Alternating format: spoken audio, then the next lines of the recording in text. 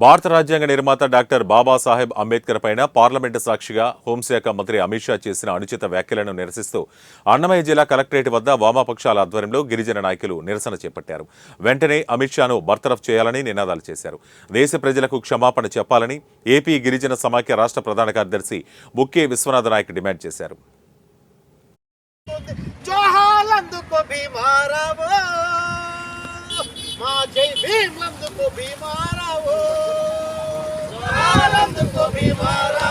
దేశవ్యాప్తంగా వామపక్ష పార్టీలు మరియు ప్రజా సంఘాలు లౌకిక ప్రజాస్వామ్యవాదులు అందరూ నేతృత్వంలో ఈరోజు జరుగుతున్నటువంటి నిరసన కార్యక్రమానికి జిల్లా వ్యాప్తంగా వచ్చినటువంటి వివిధ ప్రజా సంఘాలు, వివిధ పార్టీలు, వామపక్ష పార్టీలు నాయకత్వాన్ని అందరికీ కూడా ఆంధ్రప్రదేశ్ గిరిజన సమాఖ్య రాష్ట్ర తరపున హృదయపూర్వక విప్లవ ధన్యవాదాలు తెలియజేస్తున్నాం.